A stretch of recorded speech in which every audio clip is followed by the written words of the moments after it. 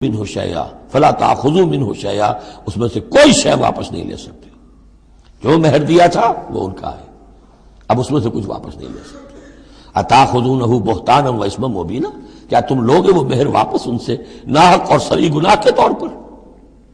وکیف تاخذونہ، کچھ عقل کے ناخن لو، کچھ شعور اور کچھ شرافت کا ثبوت دو، کیسے ان سے وہ مال تم واپس لینا چاہتے ہو؟ وقد افضى بعضكم الى بعض، جبکہ تم ایک دوسرے سے مل چکے ہو، تمہارے مابین انتہائی قریبی رشتہ جو بھی ہو سکتا ہے دنیا کا وہ قائم ہو چکا ہے۔ وَأَخَذْنَا مِنْكُمْ مِيثَاقًا غَلِيظًا، اور وہ تم سے بہت گہرا قول و قرار لے چکی تھی۔ اب قول و قرار ہوتا ہے نکاح کے وقت، اس میں ذمہ داری لیتا ہے مرد، کوئی ایک وہ بھی ایک کانٹریکٹ ہے۔ وَلَا تَنكِحُوا مَا نَكَحَ آبَاؤُكُم مِّنَ النِّسَاءِ إِلَّا مَا قَدْ سَلَفَ، اور جو تمہاری والد، جو تمہارے آباء نے، تمہارے باپوں نے جن سے نکاح کیا ہو ان سے تم نکاح مت کرو۔ جو میں نے کہا تھا نا کہ جو سوتیلی مائیں ہوتی تھیں ان کو وہ اپنے نکاح کر کے گھر میں ڈال دیا یا بغیر نکاح کے ڈال دیا۔ یہ نکاح وہاں بھی اس معاشرے میں بھی اس کو کہتے تھے نکاح مقت، بہت ہی برا نکاح ہے۔ یہ فطرت انسانی تو اباح کرتی ہے لیکن رواج ان کا تھا۔ یہاں قرآن مجید نے آ کر اس کا جو ہے سختی کے ساتھ سدباب کیا۔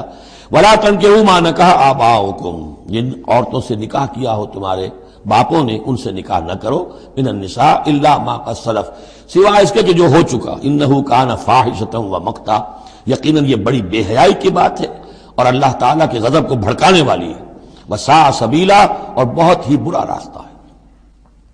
اب یہ طویل آیت آ رہی ہے جس میں محرمات ابدیہ کا بیان ہے کہ کن رشتوں میں نکاح کا معاملہ نہیں ہو سکتا، ایک مرد کن کن اپنی خواتین رشتہ داروں سے شادی نہیں کر سکتا۔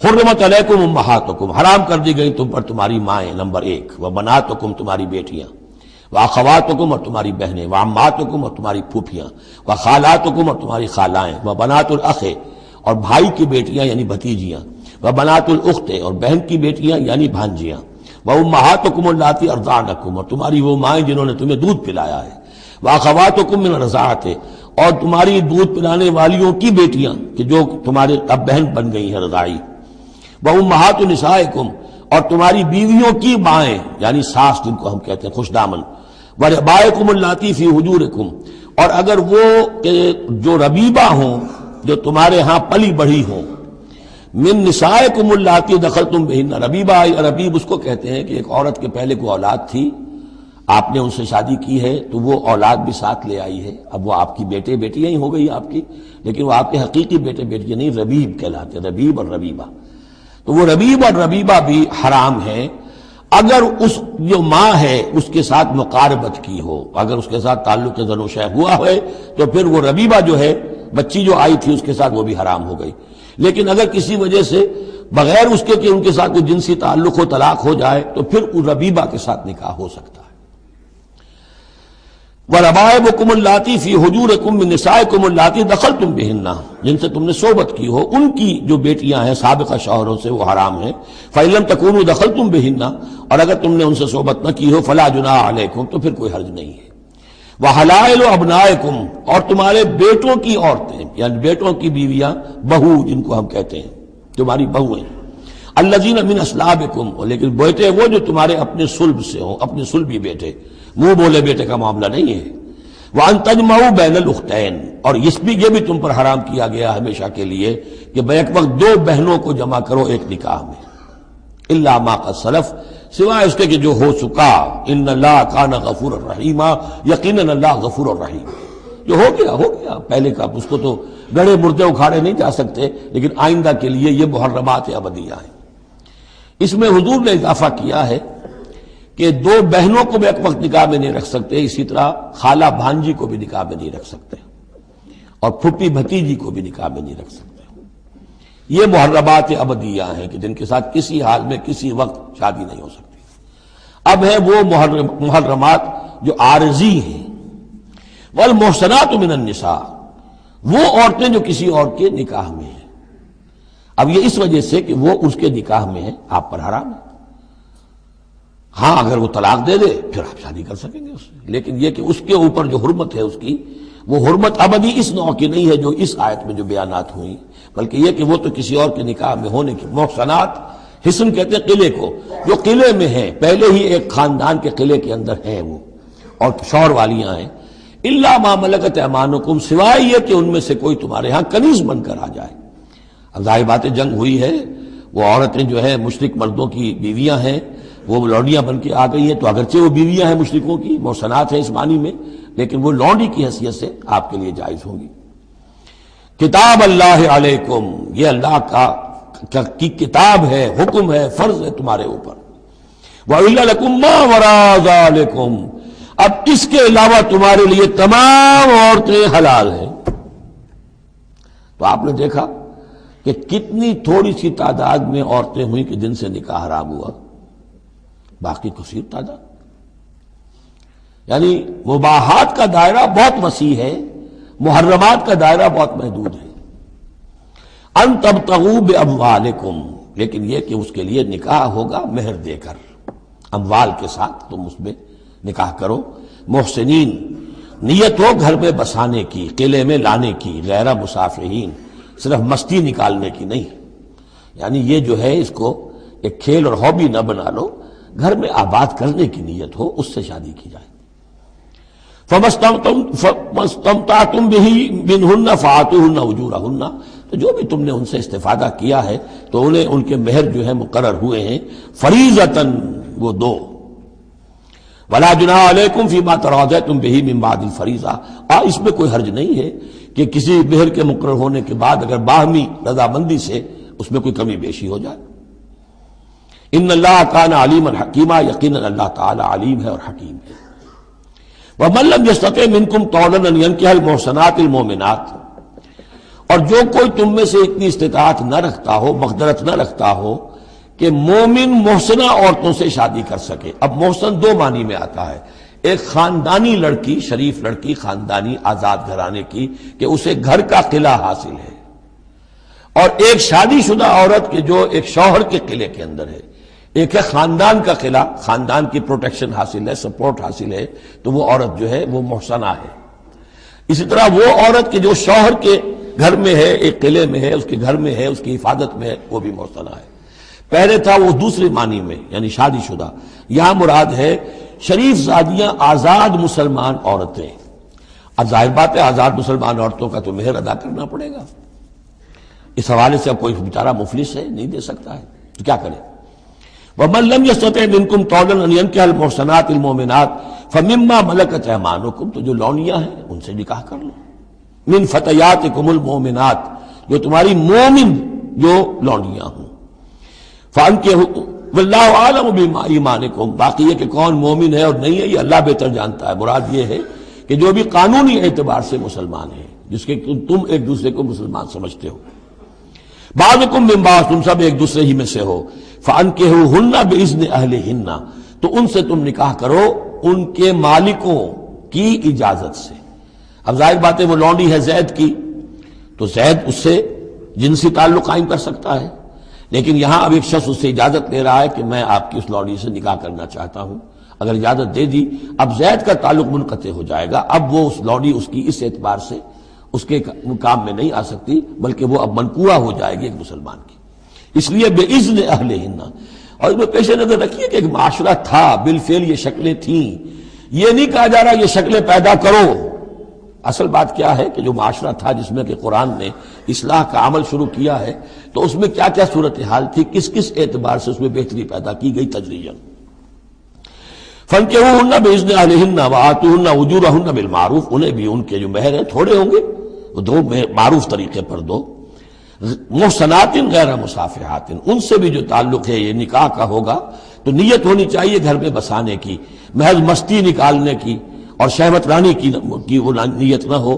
ولا متخذات اخدان، اور نہ ہی کوئی چوری چھپی کی دوستیاں اور یاریاں ہوں، یہ نہیں، کھلم کھلا نکاح ہو، معلوم ہو کہ فلاں کی لونڈی ہے، جیسے حضرت سمیہ رضی اللہ تعالی عنہ، یہ ابو جہل کا چچا تھا، ایک شریف انسان تھا، اس کی لونڈی تھی۔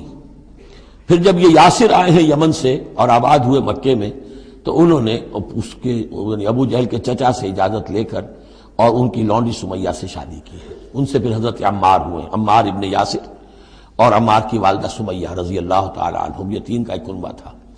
وہ شریف آدمی مر گیا تو پھر ابو جہل جو ہے اس کو اختیار ہو گیا ان پر، اس نے پھر جو پرسیکیوٹ کیا ہے وہ آپ کو معلوم ہے۔ اس خاندان کو بدترین جو ایذائیں دی گئی ہیں وہ اس خاندان کو دی گئی۔ فَإِذَا أُحْسِنَّ، پھر جب وہ قید نکاح میں آ جائیں، فَإِنْ أَتَيْنَ بِفَاحِشَةٍ، پھر اگر وہ کوئی غلط کام کریں، اگر کوئی وہ جو ہے بے حیائی کا کام کریں، فَعَلَيْهِنَّ نِصْفُ مَا عَلَى الْمُحْصَنَاتِ، تو انہیں آدھی سزا دی جائے گی اس کی کہ جو شادی شدوں کو دی جائے گی۔ اب یہ جو ہے چونکہ ابتدائی احکامات ہیں، ابھی تک تو رجم کا حکم آیا ہی نہیں ہے، ابھی تک 100 کوڑوں کا حکم بھی نہیں آیا ہے، ابھی تو یہ تھا آزوہما، تو کوئی بھی انہوں نے اپنا طریقہ مقرر کر لیا ہے کہ اتنا کچھ ہم ماریں گے، تو اس میں البتہ ذہن میں رکھا جائے کہ اس میں یہ ہے کہ جو یہ لونڈی ہے منکوحہ، اس کو اگر سزا دینی ہے اسی طرح کی جرم کی تو اس کی سزا بھی عادی ہوگی، اس لیے کہ ایک شریف خاندان کی عورت جسے پروٹیکشن حاصل ہو اس کا معاملہ اور ہے، اور ایک اس بیچاری غریب یعنی اس کا لونڈی کا معاملہ اور ہے۔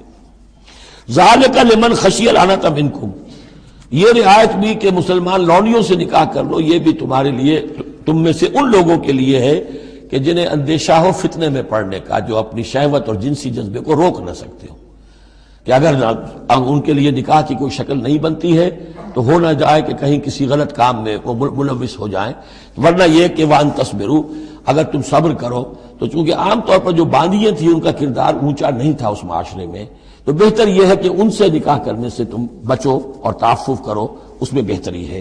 وان تصبروا خیر لکم، اور اگر تم صبر کرو تو یہ تمہارے حق میں بہتر ہے۔ واللہ غفور الرحیم، اللہ غفور الرحیم ہے۔ یرید اللہ لیبین لکم، اب یہ چونکہ کچھ احکام آ رہے ہیں تو ایک فلسفے کی باتیں آ رہی ہیں اب چند۔ بسا اوقات ایسا ہوتا ہے کہ احکام کو انسان اپنے اوپر بوجھ سمجھنے لگتا ہے، یہ کرو یہ نہ کرو، یہ کرو یہ نہ کرو، تو آدمی کی طبیعت ہے، فطرت ہے، یہ بات سے محسوس کرتا ہے۔ بلکہ عیسائی تو میں نے ایک مرتبہ 1970 میں تقریر سنی تھی، کرسمس گزاری تھی لندن میں، تو انہوں نے کہا تھا کہ شریعت لعنت ہے، ایک انسان کو یہ حرام ہے یہ حرام ہے یہ حرام ہے، رک نہیں سکا ہے، اب دل اس کا میلا ہو جائے گا، گلٹی کانشنس ہو جائے گا، گلٹی کانشنس سے اس کے اندر جو ہے وہ نیگیٹو سائیکالوجی ڈیولپ ہونی شروع ہو جائے گی۔ یہ ساری گندگی کہاں سے پیدا ہوئی کہ آپ نے حرام حلال کا فلسفہ چھیڑ، سب حلال کرو چھٹی ہو جائے گی۔ تو ایسے ایسے فلسفے بھی دنیا میں ہیں، اور یہ میں نے تقریر سنی 1970 میں لندن میں کرسمس کے دنوں میں۔ یرید اللہ لیبین لکم، اللہ تعالیٰ چاہتا ہے کہ تمہارے لیے ان چیزوں کو واضح کر دے۔ وَیَہْدِیَکُمْ سُنَنَ الَّذِینَ مِن قَبْلِکُم، اور تمہیں ہدایت دے ان راستوں کی کہ جو تم سے پہلے کے لوگوں کے تھے۔ وَیَتُوبَ عَلَیکُم، اب اس میں دونوں طرف جائے گا، پہلے کے نیکوکار بھی تھے، پہلوں کے بدکار بھی تھے۔ نیکوکاروں کا راستہ تم اختیار کرو، صراط الذین انعمت علیہم، اور دوسرے راستوں سے تم بچ سکو۔ وَیَتُوبَ عَلَیہم، علیکم، اللہ چاہتا ہے تمہارے اوپر، تم پر عنایت فرمائے۔ واللہ علیم الحکیم، اللہ تعالیٰ سب کچھ جاننے والا، کمال حکمت والا ہے۔ واللہ یرید ان یتوب علیکم، دوبارہ پھر وہی، اللہ چاہتا ہے تم پر مہربانی فرمائے۔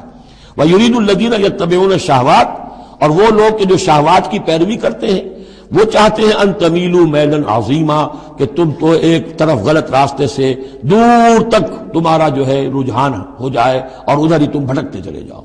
آج جو بھی ہے عورت کی آزادی کی بنیاد پر، ایمینسیپیشن کی بنیاد پر، یہ ساری چیزیں جو ہو رہا ہے، ویمن لب ہے، یہ سب کا سب در حقیقت ان حدود اور قیود کو توڑ کر، اور سارا یہ جنسی جو ہے انارکی پھیلانے کی ایک سازش ہے جو دنیا میں چل رہی ہے۔ یرید اللہ ان یخفف عنکم، تم یہ نہ سمجھو کہ بوجھ ڈال رہا اللہ تم پر، اللہ تم پر تخفیف چاہتا ہے۔ جب تم ان چیزوں پر عمل نہیں کرو گے، معاشرے میں بدگمانیاں پھیلیں گی، فساد ہوگا، گندگیاں ہوں گی، جھگڑے ہوں گے، بدگمانیاں ہوں گی، یہ سارا کچھ ہوگا، تو اللہ تو تمہارے لیے آسانی چاہتا ہے۔ وَخُلِقَ الْإِنسَانُ ضَعِيفًا، اور انسان پیدا کیا گیا ہے کمزور، اس کے اندر کمزوری کے پہلو بھی ہیں۔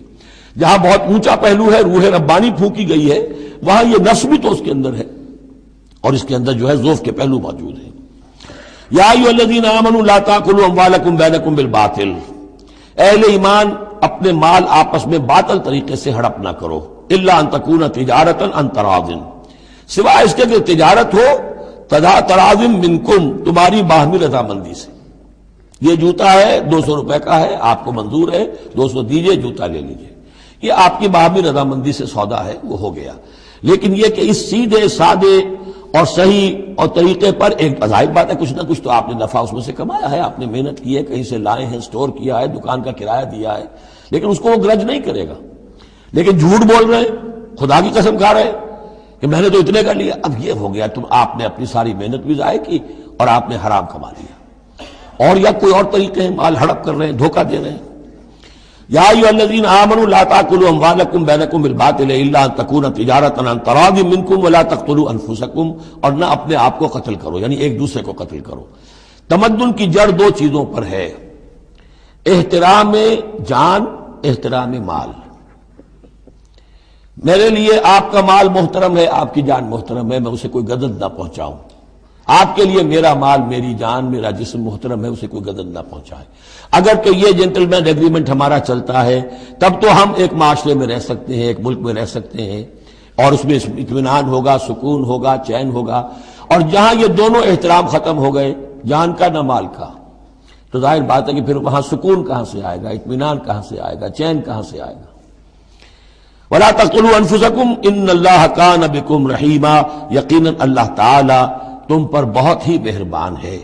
وَمَن يَفْعَلْ ذَلِكَ عُدْوَانًا وَظُلْمًا، اور جو کوئی بھی یہ کام کرے گا، دو کام، چوری اور دھوکہ اور قتل نفس، ظلماً اور عدواناً، تعدی کے ساتھ، ظلم کے ساتھ، فسوف نصلیہ نارا، تو اسے تو ہم جھونک دیں گے آگ میں. وَكَانَ ذَلِكَ عَلَى اللَّهِ يَسِيرًا، اور یہ چیز اللہ پر بہت آسان ہے. یہ نہ سمجھنا کہ کیا اللہ تعالیٰ تمام نوع انسانی کو جہنم میں جھونک دے گا، یہ اللہ کے لیے بہت آسان ہے.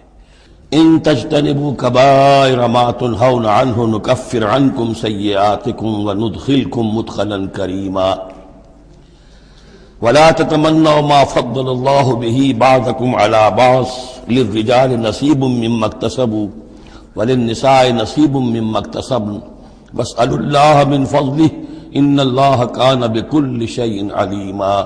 صدق الله العظيم. اب انسانی تمدن کے دو بہت اہم مسائل ہیں اور بڑے گہرے فلسفیانہ اہمیت کے حامل. پہلا مسئلہ ہے گناہوں کے بارے میں کہ ان میں تقسیم ہے کبائر اور صغائر کی. بڑے بڑے گناہ، سب سے بڑا گناہ شرک ہے، کفر ہے. پھر یہ کہ جو فرائض ہیں ان کا ترک کرنا کبائر میں شامل ہوگا. جو حرام چیزیں ہیں ان کا ارتکاب کبائر میں شامل ہوگا.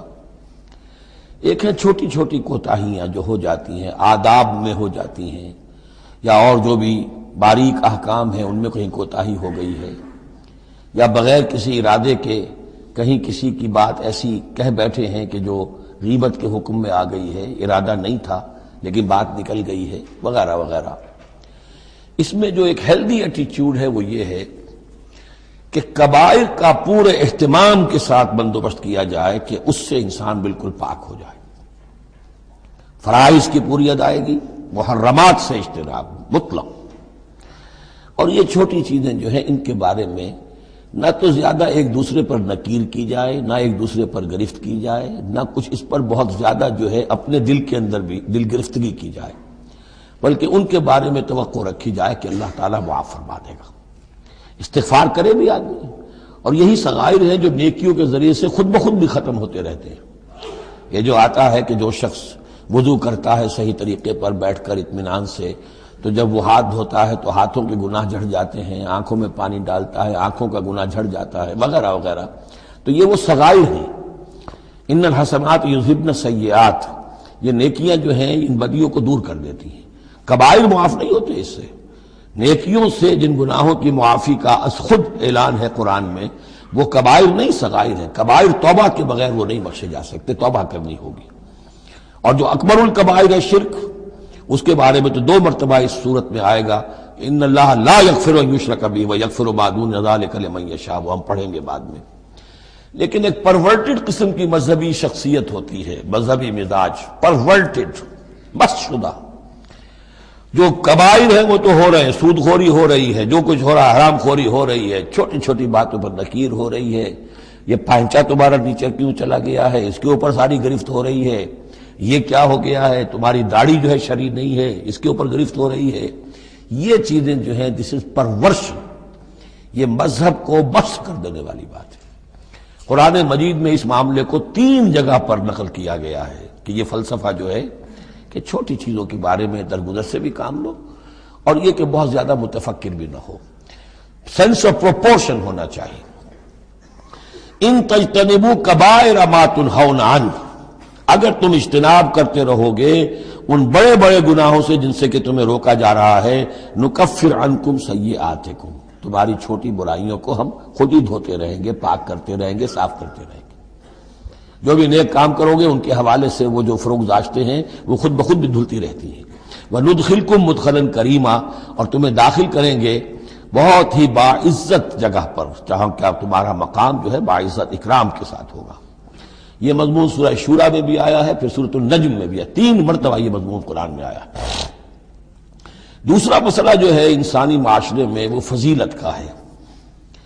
اب ظاہر بات ہے کہ تمام انسانوں کو ایک جیسا تو نہیں بنایا ہے اللہ نے، کسی کو خوبصورت بنا دیا، کسی کو بدصورت بنا دیا، کسی کا قد اونچا ہے، کوئی ٹھگنے قد کا ہے، لوگ اس پر ہنستے ہیں، یا کسی کو مرد بنا دیا، کسی کو عورت بنا دیا. اب عورت اپنے اندر ہی اندر کڑھتی رہے مجھے عورت کیوں بنایا، تو اس کا حاصل کیا ہوگا؟ یا کوئی بدصورت انسان ہے، ٹھگنا ہے کسی اور اعتبار سے، دوسرا شخص ہے وہ دیکھتا ہے کہ وہ تو بڑا اچھا ہے، تو اب اس کے اوپر کڑھنے کی بجائے کیا ہونا چاہیے کہ اللہ تعالیٰ نے مجھے جو کچھ دیا ہے مجھے اس کے اوپر صبر اور شکر کرنا چاہیے. اور جو فضل ہے کسی اور چیز میں بھی ہو سکتا ہے، میں نیکی میں آگے بڑھ جاؤں، میں خیر کے کاموں میں آگے بڑھ جاؤں، میں علم میں آگے بڑھ جاؤں، تو یہ چیزیں جو ہیں انسان دوسری چیزوں سے اپنی ان کی تلافی کر لے، بجائے اس کے کہ ایک نیگیٹو اس کی سائیکالوجی ڈیولپ ہوتی چلی جائے، کوڑنا اور اندر ہی اندر جھڑتے رہنا، جس سے کہ پھر طرح طرح کی جو ذہنی بیماریاں پیدا ہوتی ہیں انہی کانفلکٹس کی وجہ سے، انہی فرسٹریشنز کی وجہ سے مینٹل بیلنس آدمی لوز کر بیٹھتا ہے. تو اس کی بجائے دیکھیے کس قدر عمدہ تعلیم دی جا رہی ہے. وَلَا تَتَمَنَّوْا مَا فَضَّلَ اللَّهُ بِهِ بَعْضَكُمْ عَلَىٰ بَعْضٍ، اور تمنا نہ کیا کرو اس شے کی کہ جس کے ذریعے سے اللہ نے تم میں سے بعض کو بعض پر فضیلت دے دی ہے. اب اللہ کی دی ہوئی فضیلت ہے، اس میں آپ تمنا کریں، اور دوسری طرف یہ کہ اس میں حسرت ہو جائے. اب اس میں خاص طور پر جو مسئلہ ہے انسانوں میں، جو آج کا سب سے بڑا مسئلہ ہے دنیا میں، جیسا کہ میں نے بتایا ایکسپلائٹ کیا جا رہا ہے، مساوات مرد و زن. اب یہ بھی ایک فضیلت ہے، کسی کو اللہ نے مرد بنایا، کسی کو عورت بنایا. اب پہلی بات یہ بتائی جا رہی ہے للرجال نصیب مما اکتسبوا، مردوں کے لیے حصہ ہے اس میں سے کہ جو وہ کمائیں گے، وللنساء نصیب مما اکتسبن، اور عورتوں کے لیے حصہ ہے اس میں سے جو وہ کمائیں گی. یعنی جہاں تک نیکیوں کا معاملہ ہے، بدیوں کا معاملہ ہے، خیرات کا معاملہ ہے، حسنات کا معاملہ ہے یا سیئات کا معاملہ ہے، اس میں بالکل ایکویلٹی ہے. مرد نے نیکی کمائی اس کے لیے، عورت نے نیکی کمائی اس کے لیے، اس میں برابری ہے. عورت نیکی میں مرد سے آگے نکل جائے. اتنے مرد ہوں گے کروڑوں کہ جو رشک کریں گے حضرت خدیجہ کی کے مقام پر کہ جو ان کا نمایاں ہوگا قیامت کے دن، یا حضرت عائشہ یا حضرت فاطمہ کا مقام، تو وہ عورتیں تھیں اور مرد ہوں گے بڑے بڑے، لیکن یہ کہ ان کی خاک کو بھی نہیں پہنچ سکیں گے. تو یہ ہے کہ اس میں تسلیم کرے آدمی، تسلیم و رضا، کہ جو بھی اللہ نے مجھے بنا دیا اور مجھے دیا ہے، اب مجھے اس میں بہتر سے بہتر کرنا ہے. یہ میرا شاکلہ تو اللہ کی طرف سے آ گیا ہے، کل یعمل علی شاکلتہ، اور جو ہم پڑھ چکے سورہ بقرہ میں کہ لا یکلف اللہ نفسا الا وسعہا، وسع جو ہے وہ اللہ نے بنا دی ہے. تو اب اس آیت کو بھی غلط کوٹ کیا جاتا ہے کمائی کے لیے کہ عورتیں بھی کما سکتی ہیں. دیکھیے لکھا ہوا نصیب مما اکتسب، ان کے لیے حصہ ہے اس کمائی میں سے جو انہوں نے کیا. اچھا کمائی سے مراد یہ سمجھ لیجیے قرآن مجید میں صرف ایک جگہ ایسی ہے سورہ بقرہ میں جو ہم پڑھ چکے ہیں جہاں کسب کا لفظ آیا ہے معاشی جد و جہد اور معاشی کمائی کے لیے. باقی پورے قرآن میں کسب آتا ہے اعمال کے لیے، کسب حسنات، کسب سیئات، بدیاں کمانا، بھلائیاں کمانا، کسب اس کے لیے. اور دلیل اس کی یہاں کیا ہے، مما اکتسبنا نصیب. اگر تو ایک عورت نے کمائی کی ہے، تنخواہ 10,000 کی ہے تو 10,000 میں سے 2,000 تو نہیں ملے گا اسے، باقی 8,000 شارٹ لے جائے گا. تو نصیب مما اکتسب نہیں ہے وہ. تو اگر کسی کے واقعی کوئی کام کرتی ہے خاتون، اگر کوئی اس میں حرام پہلو نہیں ہے، پیشہ جو ہے وہ بھی شریفانہ ہے، اس میں جو بھی آداب ہیں پردے کے، سطر کے، حجاب کے، وہ بھی ملحوظ رکھے ہوئے، ٹھیک ہے. تو جو کمائی اس کی پوری اس کی ہوگی، اس کا حصہ تو نہیں ہوگا. اعمال میں البتہ آیا ہے کہ اعمال میں جو ہے مختلف اعمال کے مراتب ہوتے ہیں، کتنا خلوص نیت کتنا تھا، آداب کتنے ملحوظ رکھے. یہ ہم سورہ بقرہ میں حج کے ذکر میں بھی پڑھ چکے ہیں کہ ان لوگوں کے لیے بھی نصیب مما کسبوا، جو انہوں نے کمایا ہوگا اس میں سے حصہ ملے گا. تو یہاں پر یہ نیکی اور بدیوں کا تذکرہ ہے. یعنی جہاں تک مورل لیول ہے اس میں عورت اور مرد برابر ہے. ہیومن ڈگنیٹی، ہیومن آنر اس میں برابر ہے، مورل لا برابر ہے، لیکن یہ ہے کہ باقی جو معاشرتی ذمہ داریاں ہیں اور ان کے حوالے سے جو تقسیم کار اللہ نے رکھی ہے اس کے اعتبار سے فرق ہے۔ اب اس فرق کے ساتھ اگر عورت ریکنسائل نہ کرے اور وہ کرتی رہے اور مرد کے بالکل برابر ہونے کی کوشش کرے تو فساد کا سارا معاملہ جو ہے اس معاشرے کا وہ فساد کے نظر ہو جائے گا۔ وَاسْأَلُوا اللَّهَ مِن فَضْلِهِ، اور اللہ سے اس کا فضل تلاش کرو۔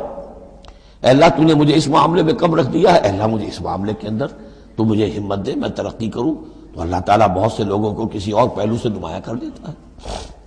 ان اللہ کان بکل شیء علیما، یقیناً اللہ تعالیٰ ہر شے کا علم رکھتا ہے۔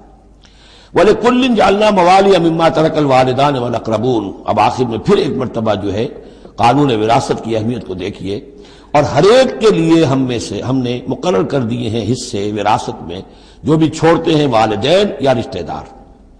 والذین عقدت ایمانکم، ایک نیا مسئلہ یہ پیدا ہو گیا تھا کہ ایک دوستی ہوتی ہے، بھائی چارہ ہوتا ہے، یا مدینے میں حضور نے مسلمانوں کو بھائی بھائی بنا دیا تھا، ایک انصاری ایک مہاجر بھائی، تو کیا ان کا وراثت میں حصہ ہے؟ نہیں، یہ وراثت میں حصہ منہ بولے بھائیوں کا نہیں ہے، منہ بولے بیٹے کی کوئی حیثیت نہیں شریعت میں، منہ بولے بھائی کا کوئی حصہ نہیں ہے۔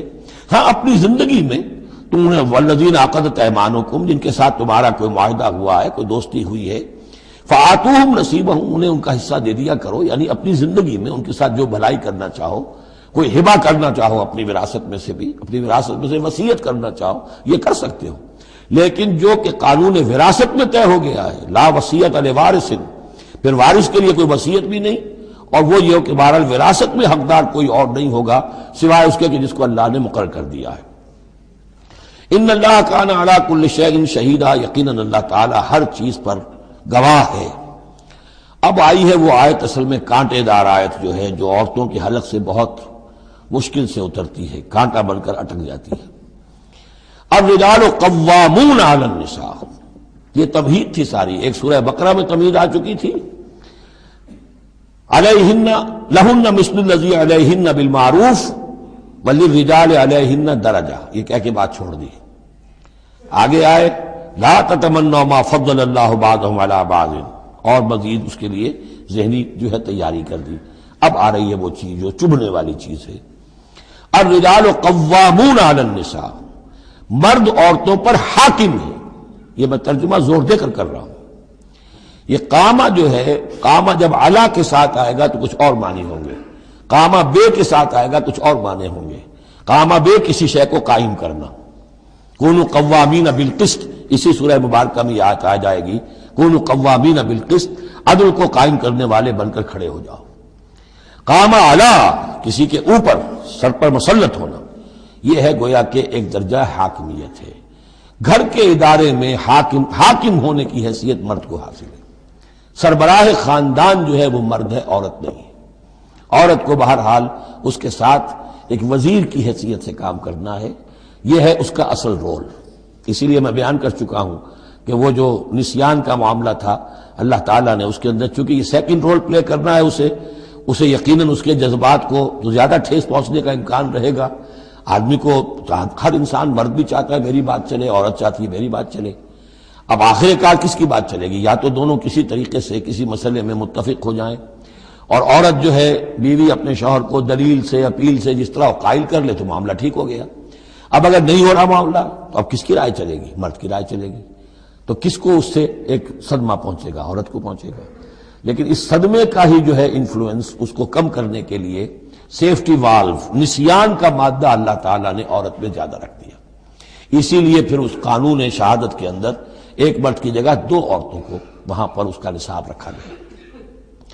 الرجال قوامون علی النساء بما فضل اللہ بعضهم علی بعض، اب یہ دوسری بات ہے کہ اگر وہ شوہر حاکم ہو کر ظلم کرتا ہے، ان کے حق ادا نہیں کرتا ہے، تو اللہ کے یہاں بڑی سخت پکڑ ہوگی، یہ تو دوسری بات ہے بالکل۔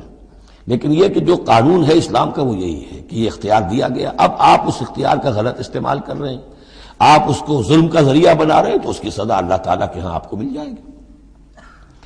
بما فضل اللہ بعضهم علی بعض، بسبب اس فضیلت کے جو اللہ نے بعض کو بعض پر دی ہے، وبما انفقوا من اموالہم، اور بسبب اس کے کہ جو وہ خرچ کرتے ہیں اپنے مال. اب دیکھیے یہ خرچ کرنے کا معاملہ اسلام میں شادی سے شروع ہو گیا. شادی مرد کی بھی ضرورت ہے، عورت کی بھی ضرورت ہے، لیکن مرد مہر دیتا ہے، عورت مہر وصول کرتی ہے. تو جو خرچ کرنے والا ہے اب اس کی ایک حیثیت دوسری ہو گئی. پھر گھر میں اس کا نان نفقہ پورا جو ہے، اس کا خرچہ، اس کی ذمہ داری، اس کو سپورٹ کرنا شوہر کے اوپر ہے. تو اب وہ مال خرچ کر رہے ہیں. بما انفقوا من اموالہم. فالصالحات، تو نیک بیویاں کون ہیں؟ جو کہ ایک یوں سمجھیے قرآن کے نزدیک ایک عورت کا جو اچھا کردار ہونا چاہیے، ایک خاتون خانہ کی جو بہترین روش ہونی چاہیے، وہ یہاں 3 الفاظ میں آئی ہے. فالصالحات، ہو نیک بیویاں، قانتات، ایک تو فرما بردار ہوتی ہیں، شوہروں کی فرما بردار. حافظات للغیب، غیب میں حفاظت کرنے والیاں. یعنی ظاہر بات ہے کہ مال ہے کسی کا تو گھر میں ہے، وہ تو کام پہ چلا گیا ہے، اب وہ کس کی حفاظت میں ہے؟ بیوی کی حفاظت میں ہے. اسی طرح اب بیوی کی جو عصمت ہے وہ در حقیقت مرد کی عزت ہے. اب وہ اس کی عزت کی حفاظت کرے اس کی غیر موجودگی میں. اسی طرح مرد کے راز ہوتے ہیں، سب سے زیادہ بڑھ کر جو ہے رازدان وہ تو بیوی ہوتی ہے. تو 3 اعتبارات سے حافظات للغیب، حافظات للغیب، غیب میں حفاظت کرنے والیاں. حفاظت کرنے والیاں شوہر کے مال کی، شوہر کے رازوں کی، اور شوہر کی عزت کی. بما حفظ اللہ، اللہ کی حفاظت سے. حفاظت ہے تو اللہ کی، لیکن جیسے رازق اللہ ہے لیکن کام تو انسان کو کرنا پڑتا ہے، رزق کمانا پڑتا ہے.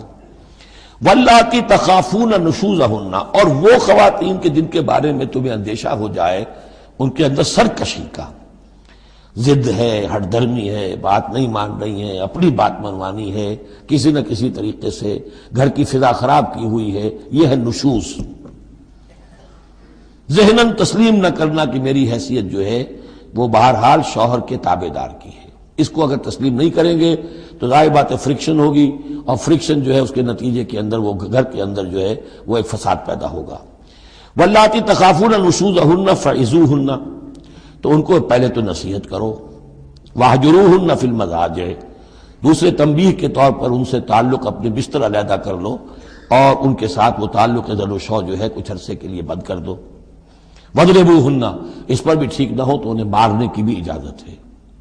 اس میں حضور نے جو روکا ہے وہ یہ ہے کہ چہرے پر نہ مارا جائے، اور کوئی ایسی مار نہ ہو جس کا مستقل نشان جسم پر پڑے.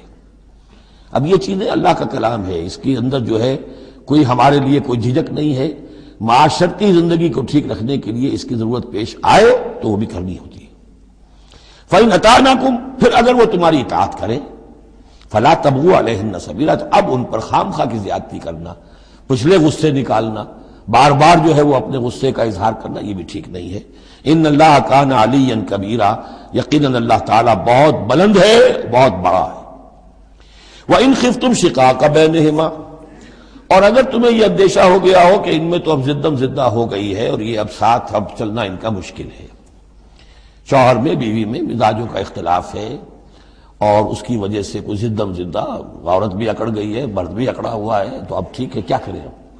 تو اس میں ایک کوشش کرنے کا حکم دیا پہلے. فَبَعْثُوا حَكَمًا مِّنْ أَهْلِهِ وَحَكَمًا مِّنْ أَهْلِهَا، تو ایک حکم مقرر کرو ثالث، لڑکے والوں میں سے، شوہر والوں میں سے، شوہر کے خاندان میں سے، اور ایک حکم جو ہے اس عورت یا لڑکی کے خاندان والوں میں سے. ان یریدا اصلاحا، اگر وہ دونوں چاہیں گے اصلاح، یوفق اللہ بینہما، اللہ تعالیٰ ان کے مابین موافقت پیدا کر دے گا. لیکن ان یریدا میں مراد دونوں ہو سکتے ہیں، یعنی ایک تو یہ کہ اگر واقعتاً شوہر اور بیوی جو ہے چاہتے ہیں کہ موافقت ہو جائے. ہوتا ایسا ہے کسی وقت جو ہے وہ نفسیاتی گرہ ایسی بن جاتی ہے کہ وہ بھی چاہتا ہے کہ معاملہ درست ہو جائے، وہ بھی چاہتی ہے کہ درست ہو جائے، لیکن اب یہ کہ اب اس میں گرہ ایسی پڑ گئی ہے، مقطع میں آ پڑی ہے سکون دسترانہ بات، کہ اب اس میں کسی طریقے سے مسئلہ حل نہیں ہو رہا. تو حکمین آ جائیں گے تو وہ بات کو گرہ کھولیں گے، ادھر سے کچھ سنیں گے، ادھر سے سنیں گے، کچھ اس کی وضاحت ہوگی، ادھر کی وضاحت ہوگی تو ہو جائے گا. اور ایک یہ بھی ہو سکتا ہے کہ اس سے مراد حکمین ہو، کہ اگر حکمین پوری سی کوشش کریں گے تو اللہ تعالیٰ ان کے مابین موافقت پیدا کر سکتا ہے. میرا رجحان پہلی رائے کی طرف زیادہ ہے. ان اللہ کان علیما خبیرا، یقیناً اللہ تعالیٰ بہت علیم اور خبیر ہے. اب جیسا کہ اس سے پہلے بھی سورہ بقرہ میں بھی جو اہل کتاب کے ساتھ بنی اسرائیل کے ساتھ میثاق لیا گیا تھا، تو اس میں جو چیزیں آئی تھیں وہ یوں سمجھیے امہات شریعہ، دین کی بنیادیں کیا تھیں۔ ہم نے معاہدہ لیا تھا اللہ کے ساتھ شرک نہیں کرو گے، والدین کے ساتھ نیک احسان کرو گے، قرابت داروں کے ساتھ وغیرہ وغیرہ۔ اب یہ دوسرا مقام آ رہا ہے کہ شریعت کے اندر کیا چیزوں ہیں جو اہم تر ہیں، جن کو سامنے رکھنا چاہیے معاشرتی سطح پر۔ سب سے پہلی بات وَاعْبُدُوا اللَّهَ وَلَا تُشْرِكُوا بِهِ شَيْئًا، پہلا حق اللہ کا ہے، اللہ کی بندگی اور پرستش کرو، اس کے ساتھ کسی کو شریک نہ ٹھہراؤ۔ نمبر 2 وَبِالْوَالِدَيْنِ إِحْسَانًا، یہ 4 مقامات قرآن میں ہیں جہاں اللہ کے حق کے فوراً بعد والدین کے حق کا تذکرہ ہے۔ والدین کے ساتھ حسن سلوک، یہ بھی ہمارے ہاں کے خاندانی نظام کے لیے بہت اہم بنیاد ہے کہ والدین کے ساتھ ان کا ادب ہو، ان کی خدمت ہو، ان کے ساتھ حسن سلوک ہو، ان کے سامنے آواز پست رکھی جائے۔ بڑی تفصیل سے سورہ بنی اسرائیل میں یہ بات آئے گی، لیکن یہ کہ یہ ہمارے معاشرے میں خاندان کے استحکام کی یہ بھی ایک بہت اہم بنیاد ہے۔ وَبِذِي الْقُرْبَىٰ، قرابت داروں کے ساتھ، وَالْيَتَامَىٰ وَالْمَسَاکِین، اور یتیموں کے ساتھ اور مسکینوں کے ساتھ، وَالْجَارِ ذِي الْقُرْبَىٰ، اور وہ ہمسایہ جو قرابت دار بھی ہو۔ پہلے عام طور پر محلے ایسے ہی ہوتے تھے، ایک ہی قبیلہ ایک جگہ رہ رہا ہے، رشتہ داری بھی ہے، ہمسائے بھی ہے۔ وَالْجَارِ الْجُنُبِ، اور اجنبی ہمسایہ بھی ہو سکتا ہے، جیسے آج کل شہروں میں ہوتے ہیں ہمسایہ اجنبی ہوتے ہیں۔ وَالصَّاحِبِ بِالْجَنبِ، اور ایک عارضی قسم کی بھی ہمسائیگی ہوتی ہے کہ جو آپ کے برابر بیٹھا ہوا ہے، آپ بس میں بیٹھے ہیں آپ کے برابر بیٹھا ہوا، یہ بھی آپ کا ہمسایہ ہے، جو کسی بھی اعتبار سے آپ کے ساتھ ہے، آپ کے پاس بیٹھنے والا ہے، اس کے ساتھ بھی نیک سلوک۔ وابن سبیل، اور مسافر کے ساتھ نیک سلوک۔ وما ملکت ایمانکم، اور جو بھی تمہارے لونڈی غلام ہیں، جو تمہاری ملک یمین ہیں، ان کے ساتھ بھی نیک سلوک۔ ان اللہ لا يحب من کان مختالا فخورا، اللہ کو بالکل پسند نہیں ہے وہ لوگ کہ جو مختال ہیں، شیخی خوڑے اور اکڑنے والے، فخر کرنے والے، اکڑ کرنے والے۔ الذین یبخلون ویامرون الناس بالبخل، جن میں یہ شیخی خوری ہوتی ہے، اکڑ ہوتی ہے، پھر وہ بخیل بھی ہوتے ہیں، اس لیے کہ عام طور پر تو انہیں اپنا جو تکبر ہوتا ہے وہ دولت کے برابر ہوتا ہے، انہیں معلوم ہے ہمارے پاس دولت ہے، تو ظاہر بات ہے دولت اگر وہ خرچ کر دیں گے اور دولت جو ہے نہیں رہے گی تو عزت نہیں رہے گی۔ جو کہ بخل کرتے ہیں وہ یامرون الناس بالبخل، اور لوگوں کو بھی نیکی بخل کا حکم دیتے ہیں، کیونکہ جب لوگ دیکھتے ہیں کہ یہ لوگ ذرا خرچے کے اندر کمی کرتے ہیں تو انہیں اندیشہ ہوتا ہے کہ یہ ہمیں ملامت کریں گے، تم بڑے بخیل ہو، تو اس سے پہلے ہی کیوں نہ کہو بابا یہ اس طرح نہ کیا کرو، تم خام کا پیسے اڑاتے ہو، کچھ نہ کچھ بچا کے رکھا کرو اور وقت پہ کام آئے گا، تو بجائے اس کے کہ آپ کو کوئی ڈیفنس لینا پڑے پہلے ہی آفنس لیجئے، تو یامرون الناس بالبخل، وہ لوگوں کو بھی بخلی کا مشورہ دیتے ہیں کہ عقل کے ناخن لو۔ وَيَكْتُمُونَ مَا آتَاهُمُ اللَّهُ مِنْ فَضْلِهِ، اور وہ چھپاتے ہیں اس کو جو اللہ نے انہیں اپنے فضل میں سے دیا ہے۔ دولت ظاہر ہوگی تو کوئی سائل سوال کر بیٹھے گا، یعنی اچھا مسکین صورت بنائے رکھو کہ ان کے اوپر تو شاید خود 2 وقت کے فاقے ہیں، اب ان سے میں کیا ان کے سامنے ہاتھ دراز کروں۔ وَأَعْتَدْنَا لِلْكَافِرِينَ عَذَابًا مُهِينًا، اور ایسے کافروں کے لیے ہم نے بڑا اہانت آمیز عذاب تیار کر رکھا ہے۔ وَالَّذِينَ يُنْفِقُونَ أَمْوَالَهُمْ رِئَاءَ النَّاسِ، اور اس سے بھی آگے بڑھ کر وہ لوگ ہیں برائی کے اندر، شناعت کے اندر، کہ جو خرچ کرتے ہیں مال لوگوں کو دکھاوے کے لیے۔ وَلَا يُؤْمِنُونَ بِاللَّهِ وَلَا بِالْيَوْمِ الْآخِرِ، اور وہ حقیقت میں ایمان نہیں رکھتے نہ اللہ پر نہ یوم آخر پر۔ وَمَن يَكُنِ الشَّيْطَانُ لَهُ قَرِينًا فَسَاءَ قَرِينًا، تو ایسے لوگ گویا کہ شیطان کے ساتھی ہیں، تو جن کا ساتھی شیطان ہو گیا ہو تو وہ تو بہت ہی برا ساتھی ہے۔ ماذا وماذا علیہم، کیا ہو جاتا ان پر، کیا قیامت ٹوٹ پڑتی ان پر۔ لو آمنوا باللہ والیوم الآخر، اگر وہ ایمان ہی لے آتے سچے دل سے، صدق دل سے اللہ پر اور یوم آخر پر۔ وانفقوا مما رزقهم اللہ، اور خرچ کرتے کھلے دل کے ساتھ اس میں سے جو اللہ نے انہیں دیا ہے۔ وکان اللہ بہم علیما، اور اللہ تعالیٰ ان سے اچھی طرح واقف ہے۔ ان اللہ لا یظلم مثقال ذرۃ، یقیناً اللہ تعالیٰ کسی پر ذرے کے برابر بھی، ذرے کے ہم وزن بھی ظلم نہیں کرے گا۔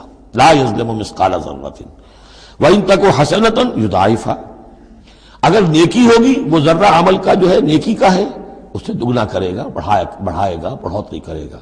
وَيُؤْتِ مِن لَّدُنْهُ، نہ صرف اس کو بڑھا کر دے گا واپس، بلکہ اور اپنے پاس سے یؤتِ مِن لَّدُنْهُ أَجْرًا عَظِیمًا، خاص اپنے خزانے فضل سے مزید بہت بڑا اجر دے گا۔ اب یہ آیت جو آ رہی ہے، آیت نمبر 41 سے سورہ مبارکہ کی، یہ بڑی اہم ہے، یہ وہ شہادت علی الناس سے متعلق ہے جو سورہ بقرہ میں جو مضمون آیا تھا کہ اے مسلمانوں تمہیں اب شہداء علی الناس بنایا گیا، جیسے کہ نبی تم پر شہید تھے یا نبی نے تم پر شہادت دی ہے۔ نبی قیامت کے دن کھڑے ہو کر کہیں گے اے اللہ میرے پاس جو دین آیا تھا میں نے انہیں پہنچا دیا تھا، اب یہ ذمہ دار ہیں، they are responsible for their attitude and conduct. تو یہ بات تمہیں کہنی ہے قیامت کے دن کھڑے ہو کے اے اللہ ہم نے اپنے زمانے کے لوگوں تک تیرا دین پہنچا دیا تھا، اب اس کے بعد جو بھی طرز عمل ہے یہ جواب دیں۔ ایسا نہ ہو کہ الٹا وہ ہمارے اوپر مقدمہ کرے کہ